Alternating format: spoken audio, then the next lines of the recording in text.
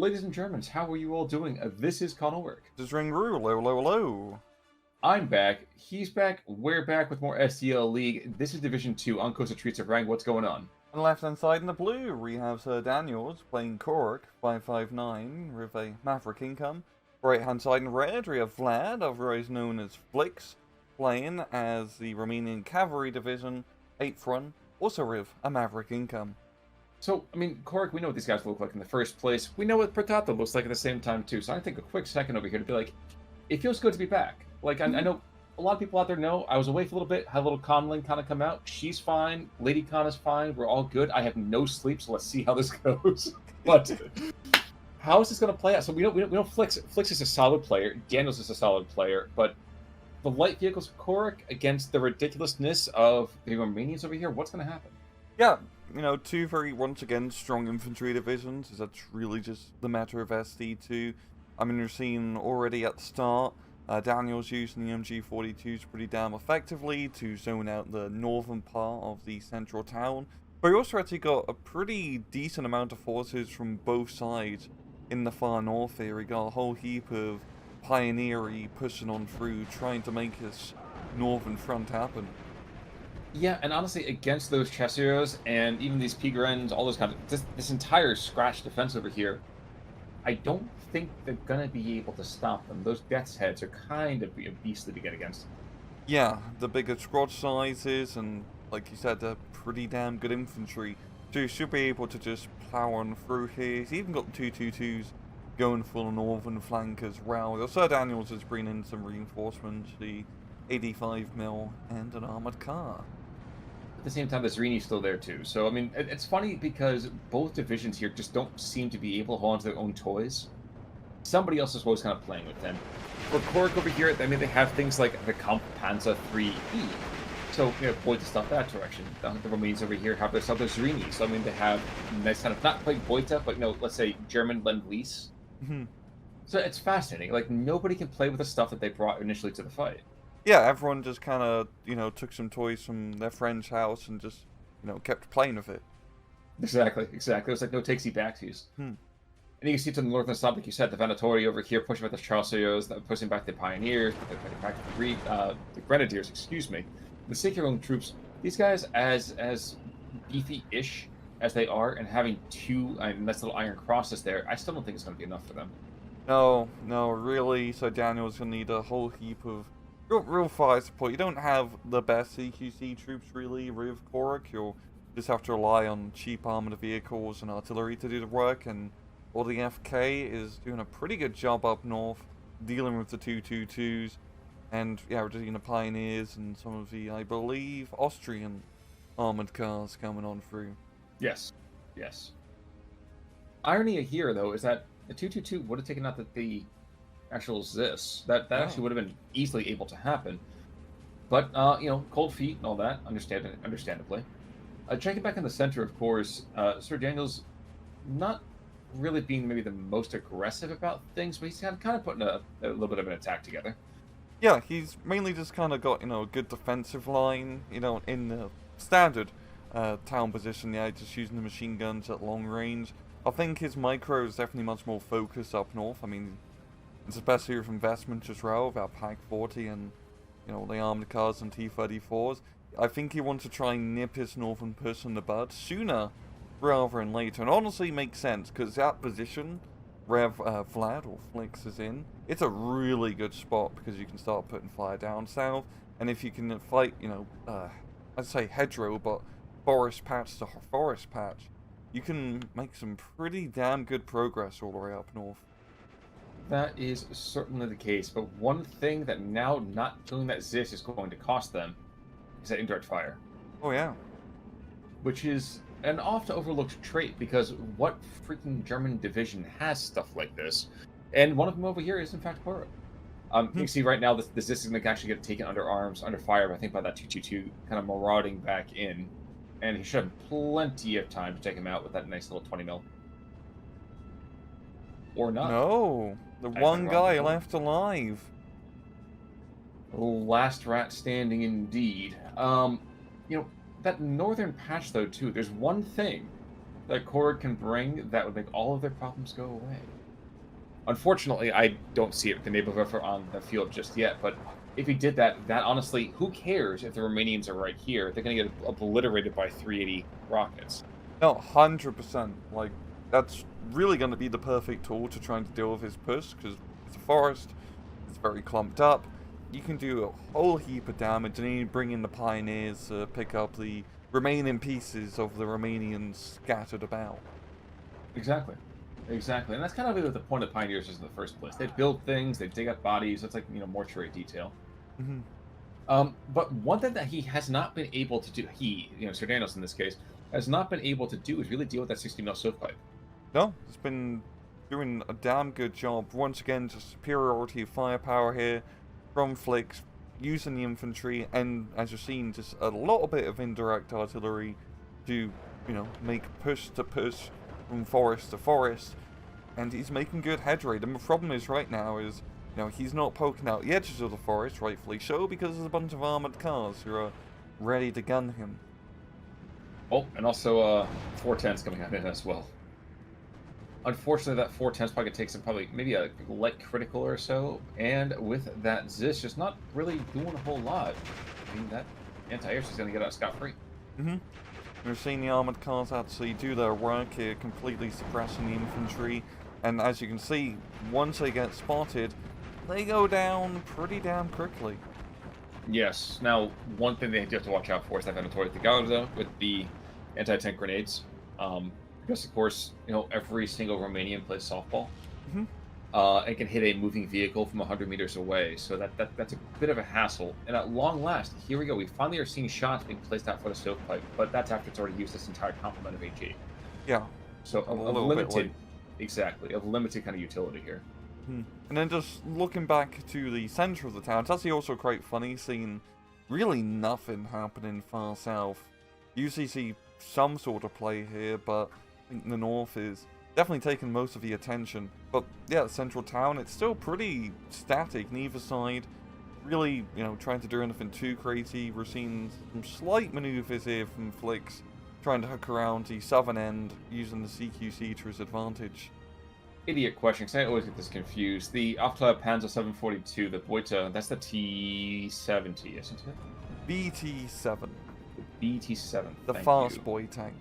Ah, yeah, got you. I think that thing went over 100 kilometers an hour in a test. Really? Yeah, because it had a Christie suspension, so if you remove the tracks, you can drive it on a road with its wheels, and it goes really fast. There's videos of it jumping over bridges. Kind of the craziest thing in the world that we were like, nah, we don't need that. That was the dumbest thing I think that as the U.S. we probably did during the war, well, before the war, not during it, but even before the war. Then again, it's kind of hard to imagine an M4 Sherman with a Christie suspension, and now it would be kind of shouting about how the M4 Sherman was the best tank in the world in history and everything like that too. So. Well, it didn't have to paint flame decals on the side of all of them, and that would have been too expensive for the War Department. That's true. They would have called it camouflage for those death traps, so it would have been different. Well, if we pretend that we're knocked out, they'll never shoot us. But, despite that, unfortunately, the BT-7 in this case did find himself going faster than the speed of light. Of course, that was him blowing up by the Missouri IPMs over here with the PTRDs. Yeah, and it's actually, we don't really see the Missouri's all too often, but for 20 points, pretty damn good squad. 2 machine guns, PTRD, semi-auto rifle, or not straight pull, so middle in terms of rifle fire rate, yeah. They can hold their own quite well, especially against Korok, where there's a lot of lightly armored vehicles. A couple of those guys rummaging through the forest, plinking at some light tanks. You can see already forcing Sir Daniels to pull back his tanks from the main defensive line in the town. Carbines are considered to be straight pulls? I would have thought that would still have been a semi-automatic. It's a straight pull on the thing. I believe it's, what's it called? Actually, I have no idea what that rifle is. I thought it was going to be a Mannlicher. But it says straight pull, so I'm going to believe Eugene in this case. Okay. Well, we can believe Eugene for this one. Don't let it happen again, though. But you're right. I mean, the Mannlicher over here, this thing has been used for ages and ages and ages. I always associate a carbine as being a semi-automatic kind of platform. Think like the M1, for example. So, T60 over here in the meantime going to find himself killed over here by, again, the Czech Hetzer. But even that, Zerini over here trying to be effective, getting engaged by both the 85 mil as well as the Pack 40. Now, unfortunately for him, that's still going to go and open up for that 100 mil that's just been waiting in the wings to be deadly. And he hasn't quite killed the 85 mil. He's just returning fire closer towards the town, which I guess I can understand. Yeah, no, I think as well, for Flix, once he started getting this artillery park up and running, he should do some damn good damage, because a lot of Korik's firepower is a lot of those static guns, and as we're seeing right now, also the Tigers available to him. And we're seeing Sir Daniels bring that up, actually to the, northern center. Yeah. I really like this. I hope that he tries to take advantage of, the range and armor of this Tiger, and try to make a push, just slap bang through the center, kind of like Rayata Rosita 75 millis. Try to get a couple of those flags here and just hook around north of town.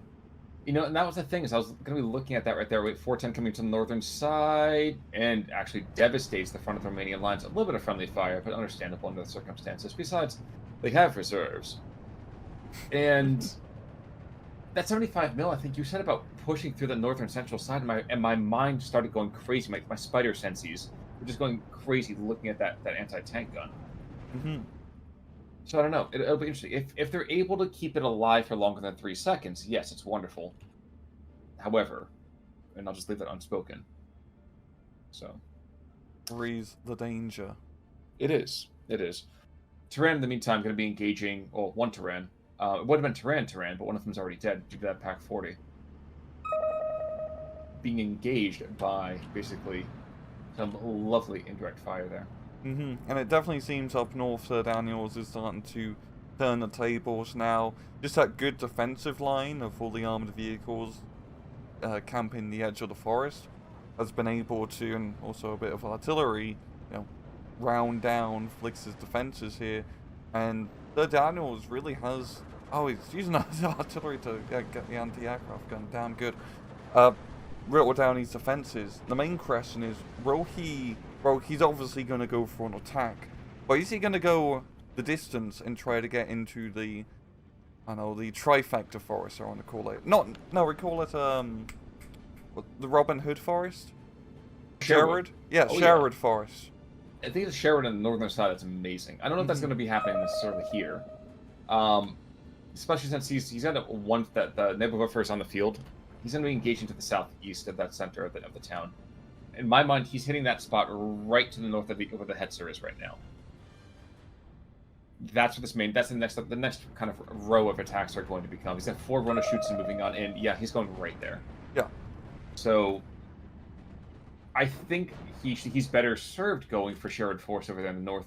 He's not going to, and I think that's definitely going to cost him here in the end. Mm-hmm. There's just enough pressure down south here from Flix, especially now. The southern attacks going on with the Kalasari motos, and now so Daniel's having to bring in those land shoots to hold the line.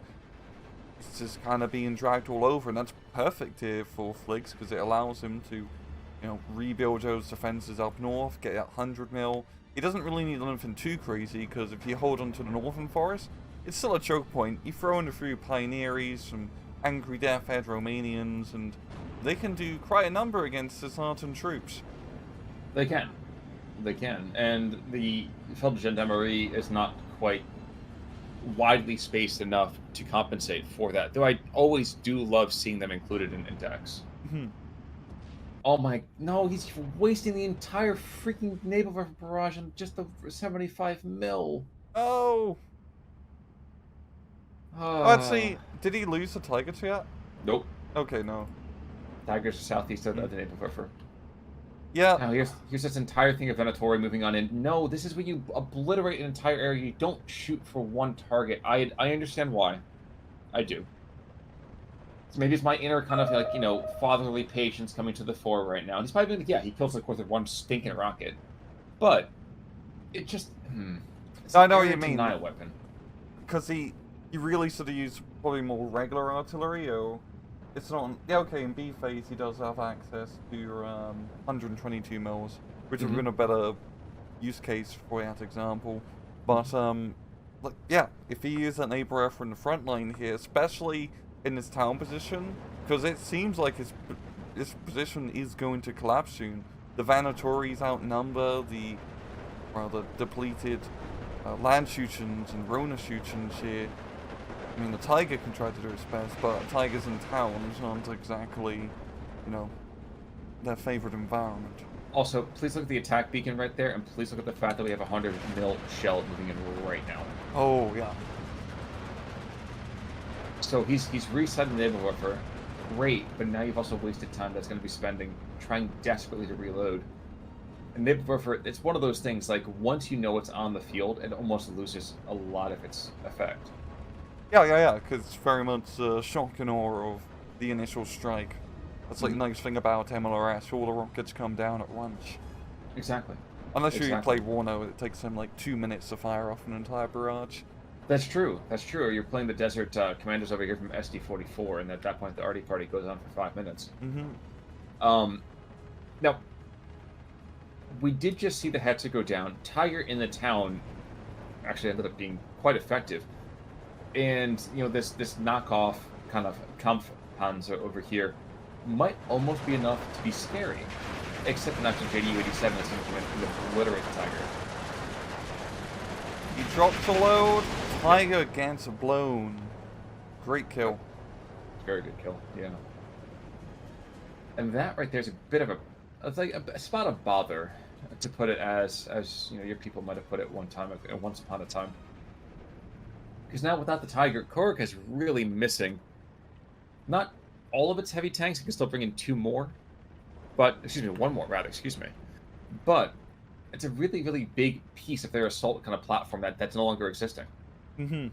No, 100%. And this is also the problem playing Roof Korg, especially now of the, newer, honestly, power creep DLC divisions, is the infantry is no longer as good as it was on release in comparison, because a lot of these new divisions have very cost-effective infantry, which are just frankly better in your land Schuchen, Rona Schuchen spam, and so you have to rely on fire support.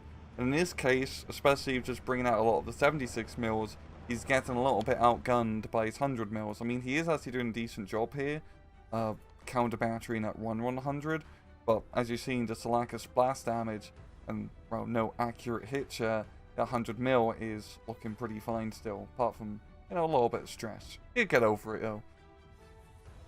Yeah, and that's the thing, isn't it? Is that the Zis guns are great in that kind of HE support role, but you really want to keep it within about 1,000 meters, because the further you go, the worse it gets. And now look, he's going for at least the anti-air section, which I appreciate. He might even kill the Tatra over here. Yes, that I can agree with.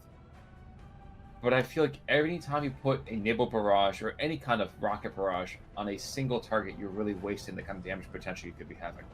Yeah, especially just how built up all the Flix's forces are. He has, pretty sizable amounts of infantry in all the, major key points of the map here, even as he's starting to make some stubborn pushes happen with the Kalasaris as well. There's the Neighbor Earth Strike, and once again, trying to go for the rear line, does get some good kills. He is getting value out of it, but, well, not so much time and value. Yeah, and that's true. I mean, it is 13:11 right now. He technically still has 15 minutes left of his life. And here's the thing. If he ruptures the center, which it's not going to be easy, but he's got a potential of doing it, then, it's off to the races. Now, issue is, how is he going to do that?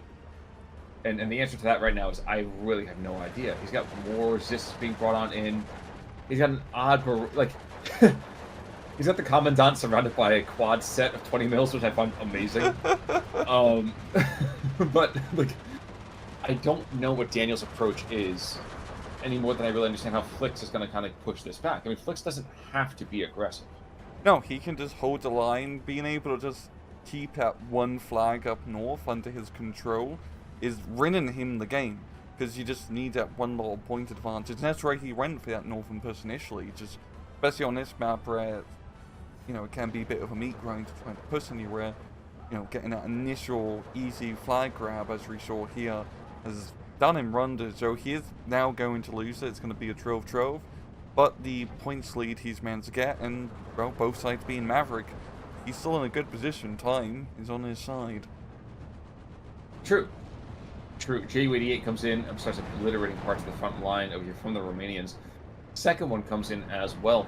And now that the anti-air system has been unmasked, I wonder how aggressive that artillery is going to be. There's an awful lot of artillery going in every single direction here. And it'd be very easy to counter battery with how close it is, and then being disheartened as well. Just a couple 100 mils and a nearby to send all of them running away. I do love how he does have the commander here. I'm just imagining the commanders on the rooftop of the building just pointing at the airplane, being like, shoot that one, shoot that one, shoot the other one. Well, they did get the Ju-87 up to the northern side, and that was the exactly. Exactly. Officers do have a point. Yeah. But as we can see right here, we haven't seen a lot of aggressive airplay per se, because neither side really has that kind of, possibility. So it really kind of comes down to who can be better about their area denial with the anti-air. And so far, it actually has been Cork, outside of a couple small hiccups, let's call it.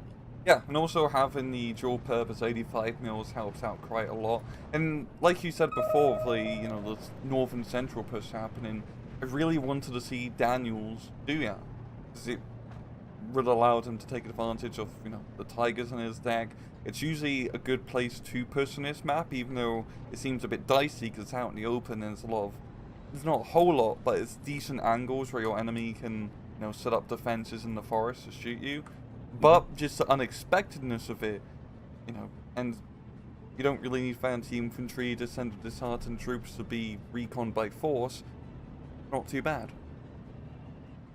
Silly question. Mm-hmm. Boy to material, P. Polish. Danka.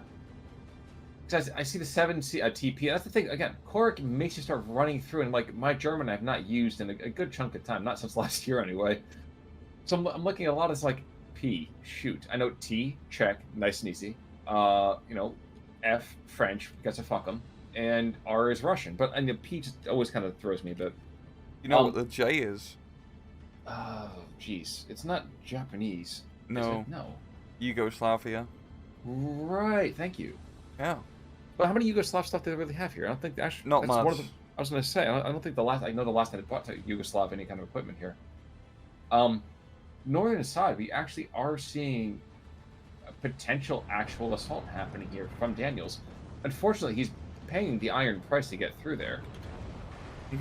Yeah, just a simple defense here from Flix is working very bloody well. That one machine gun's meant to hold the line. He's got the anti-tank. It's not the anti-tank rifle, but anti-tank grenade team, which does not have the range right now to deal with the ADG, the Austrian armored car. But the Austrian armored car also don't have any cannon rounds left, so he's in a bit of a pickle as well. I think it's actually more the 47 mil that's been probably the linchpin of that so-called defense. I think my issue is more of the fact that right now, if you look at the center, look at the number of red squads, now look at the number of blue squads, and tell me, why aren't the blue squads being aggressive? Yeah. I think once again this is coming down also to the disheartened troop fiasco. Look at the Verona shoots and the Blenda shoots to the south. There's a Schupo right there. Look, they're finally getting off the backsides now. There's 6 or 7 squads right there. It's amazing. Yeah, he actually can do some decent damage here. But he needs still some more backup fire support. Because those Verona shoots and stuff are better than what he has with the rest of the division. But it's still not great firepower, especially in comparison to what the Romanians can bring up. He needs to bring up some cheap tanks, armored cars, whatever, to really get this push going. Because if he can get into that village, that's going to be a Gucci spot to be in. Well, Naval Warfare, of course, being used on another high-value target. Yeah. I mean, again, I know right now I'm being very, very persnickety, a little bit feisty in my old dotage. But, again, I want to see more kabooms. I want to see Naval Warfare get their moment in the sun. I think because very often we overlook them.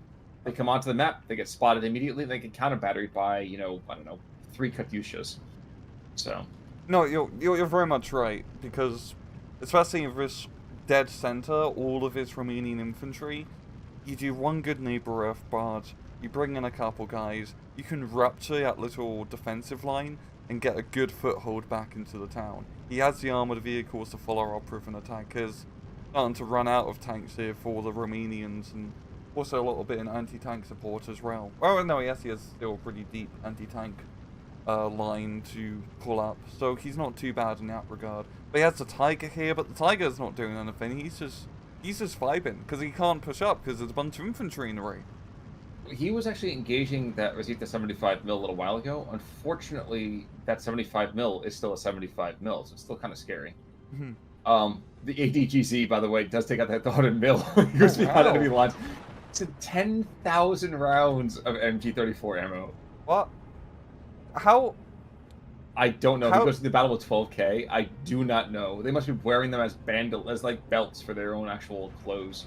I know, like, tanks can hold a lot of machine gun rounds, but good God, I'd think you'd not need more than like a couple thousand for an armored car, and well, they definitely don't need it for the rest of the match because it's over. Exactly. Daniels does pull it out over here because Flix does tap. And I kind of understand. Actually, and the thing is, I understand it. I do. Because if you look at it tank-wise, the Romanians, they're tapped. They have a lot of anti-tank. Their air power is still technically around, but we actually, a couple things I wouldn't quite comment on. One of the 100 mils finally got hit by that 1 in a million shot from a Zis 3, which at this point was probably as many shots as they fired at him. But the Romanians were on their last legs. There's still a heavy tank on the Tiger, and there's no more Hetzers over here for Flix. Like, what do you do? Yeah, no, that's actually quite interesting. He tapped out. Yeah, I would disagree a little bit because he was not in as bad as a position, like from a God Vision, Racine towards the end. He just needed to, get 1 or 2 more flags back. It's just more so about trading rail with the infantry. But I also understand, because at the same time, I think the ATG set, the Austrian armored car coming around the back and knocking out the artillery piece, that's probably a bit of a morale hit. You're thinking, oh god, there's probably even more guys behind my line. And once you lose that forest, it's so hard to get it back if your opponent just knows how to scatter infantry all over. It's like hunting Robin Hood and his merry men. Exactly. Now, funny is kills and losses.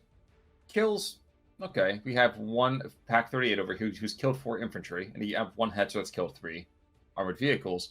Go to the losses side. It's kind of funny that the ADGC. Oh, the dude's a champ. He has kills. 410 picking up 3 kills. The Neighborhoofer, like I said, this Neighborhoofer deserved more than 3 kills. But hey, at the end of the day, we see Korik, we see the Romanians. It's always a good day where you get to see something like Korik get played well and with a very feisty kind of attitude, and to see the Romanians played skillfully. Just it did not come up, unfortunately, for Flix today. Yeah, it's always fun. Honestly, the second, third rate, bottom of the barrel divisions, always the most fun to cast. Behind Finnish divisions, of course. Oh, naturally. Yes. Oh, naturally. Absolutely, though. I mean, so it's been a bit of time.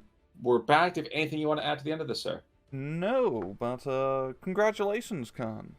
I really appreciate it. She's great. Honestly, at some point, when she's old enough, I'll tell her all about this and how I, brought her up on a cast one day. It's great to be back. Thanks so much. Folks, we're back over here on Thursday with another match. Until then, I'm Con Ulrich. I'm Rangaroo. Take it easy.